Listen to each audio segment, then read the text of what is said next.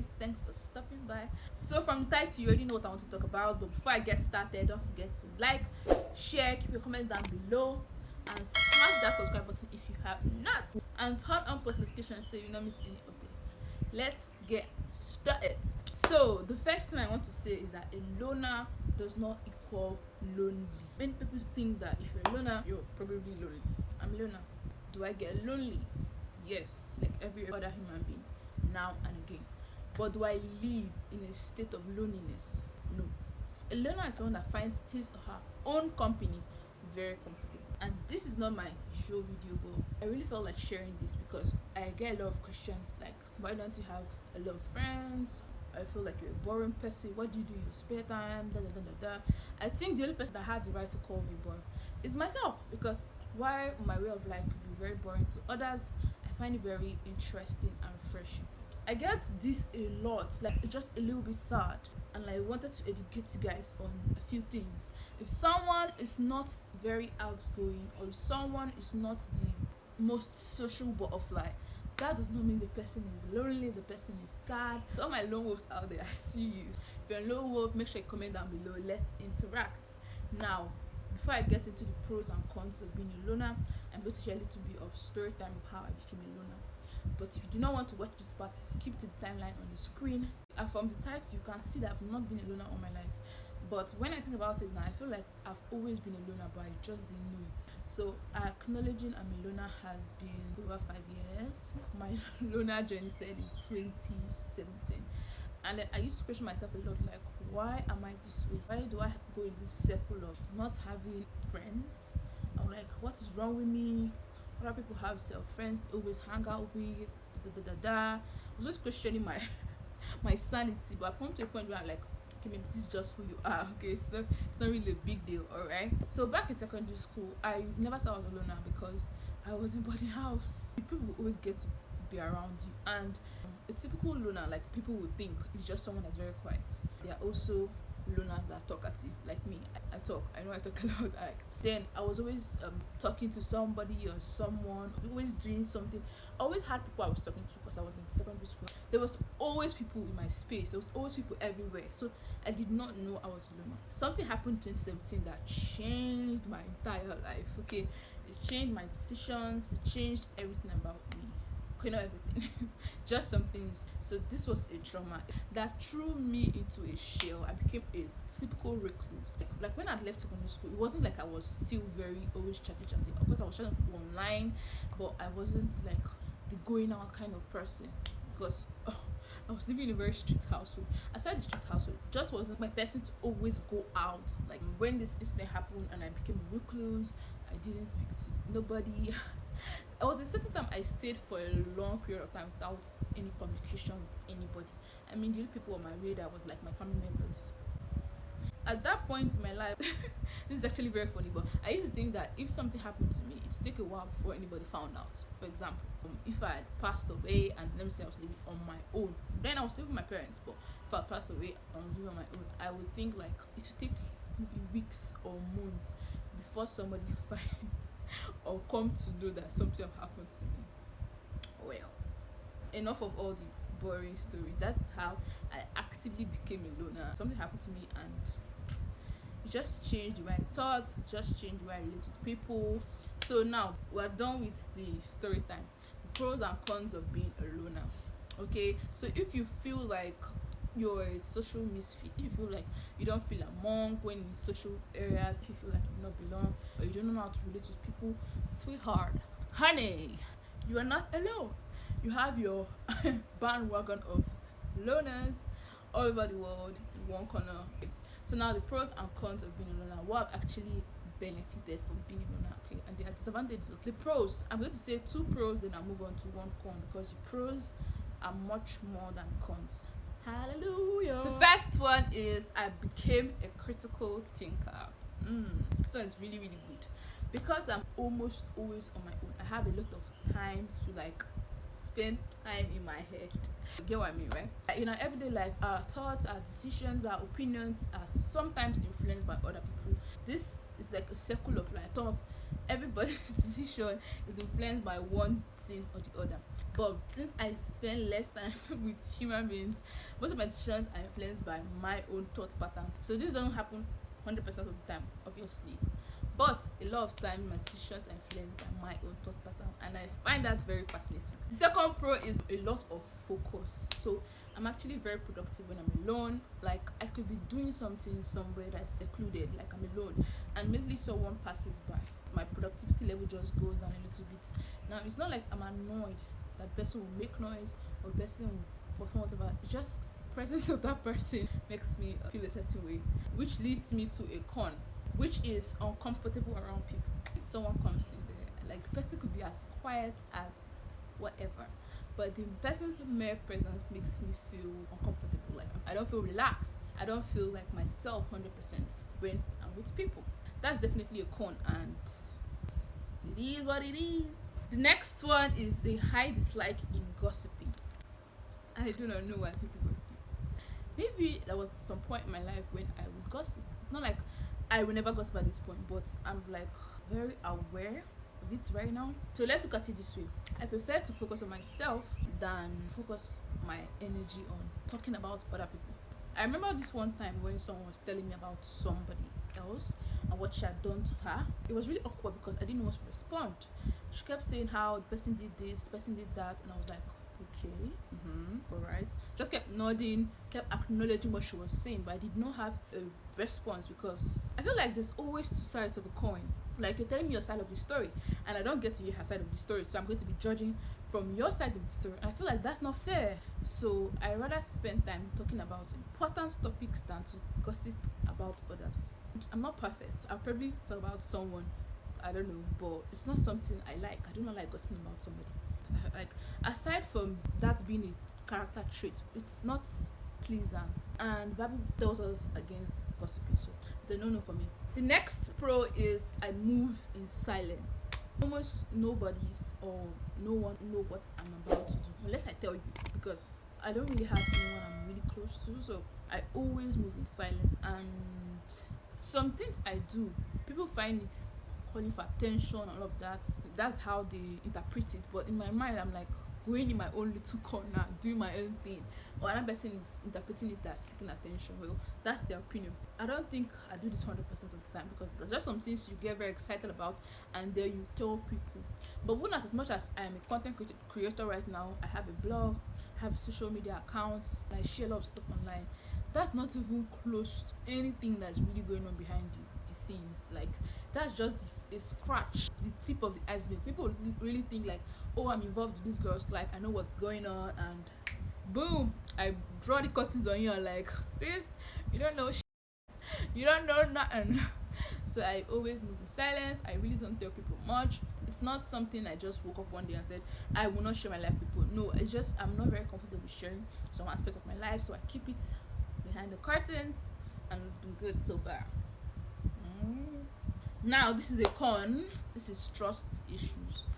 This is a very bad one, and I have tried several times to work on it, but it takes a while.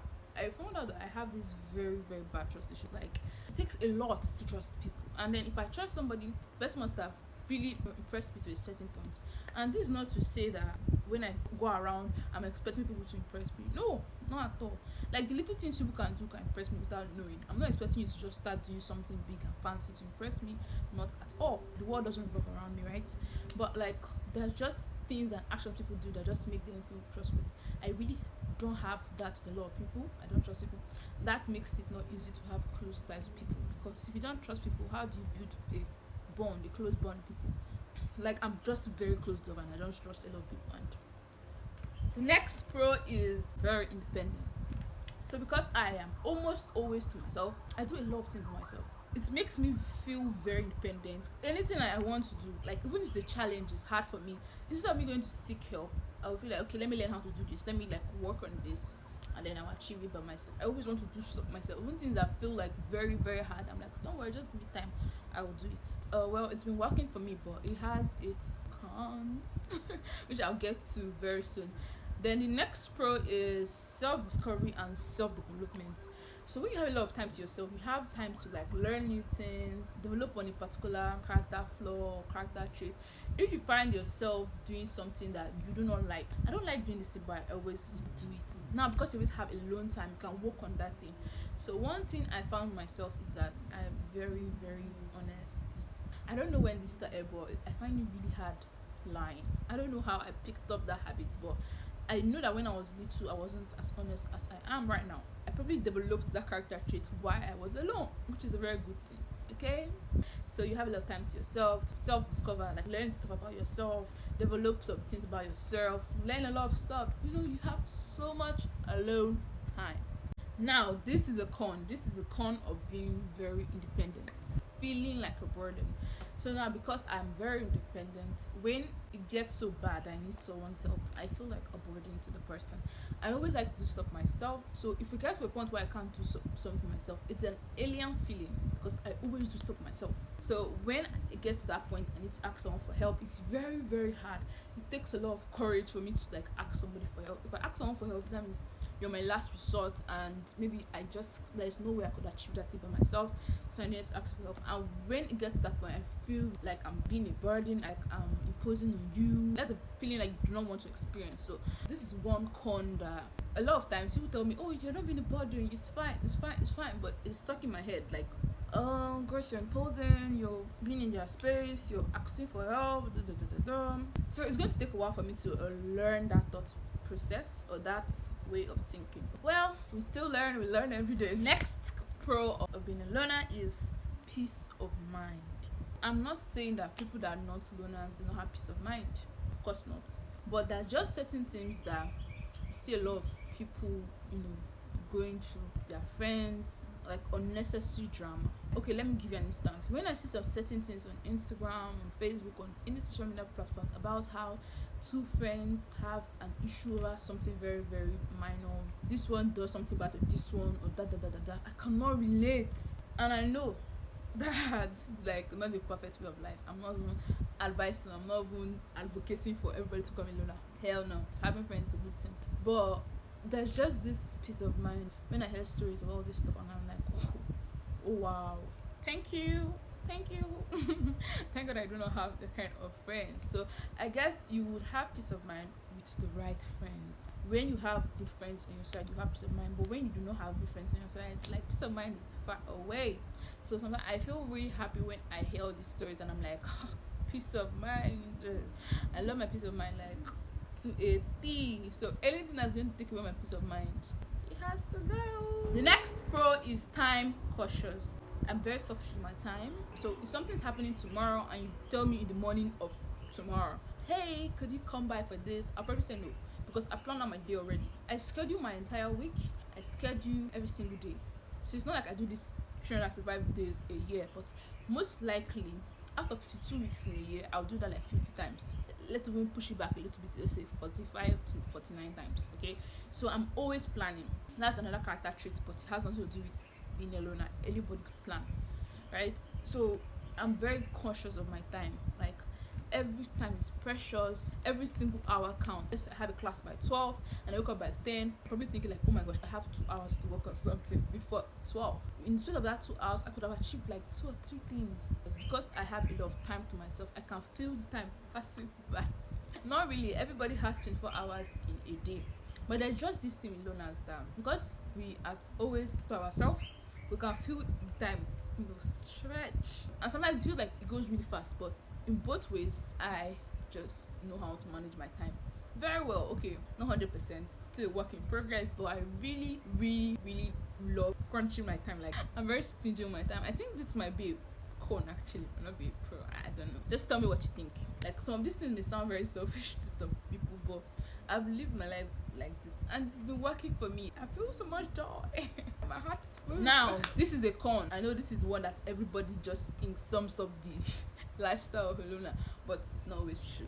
Lonely, I'm so lonely. So like I said earlier, loner does not equal lonely. I am a very caring person, whether you want to believe me or not. Like, I'm very, very caring. I know that for a fact. But I have very little people in my circle. So my care is enough to go round. So I always like try to communicate when I can. When I stay long periods of time without communication, that's when I start to feel lonely. But other than that, I could stay for a long period of time without, communicating with people. So when I mean communicate with people, I don't mean that I just delete my social media apps, throw my phone away. No, obviously there's little convos here and there coming in, maybe regularly or daily or weekly. But when I mean no communication, is like I'm not going anywhere to spend time with somebody. I'm not hanging out. Like when I see friends going to this place to chill together or going to this place, I'm like, that's what I'm talking about. Spending quality time together intentionally. That's what I mean. I really don't have that. Before I used to think like, oh my gosh, what is wrong with me? Why don't that? But now I'm like over it. I'm like, I really love my alone time. I don't know.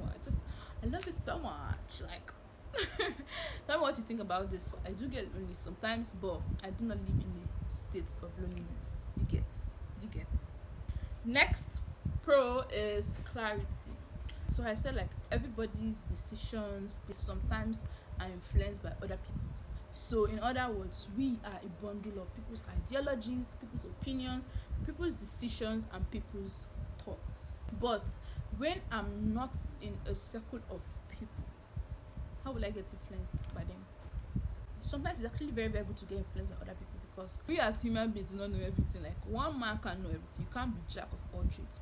You need other people's opinion. You need feedback. I get it. But sometimes there's just some things you need to make decisions for yourself. But everybody now has a say. This friend that I have not spoken to in 2 years has brought his opinion. Your uncle from the village has brought his opinion. One friend like that speaks to you once in 3 years have put his opinion. Now you're a bundle of 6 persons' opinions that are not even close to you, because they are in contact with you or whatever. The decision is like jumbled and you do not have clarity. You get overwhelmed.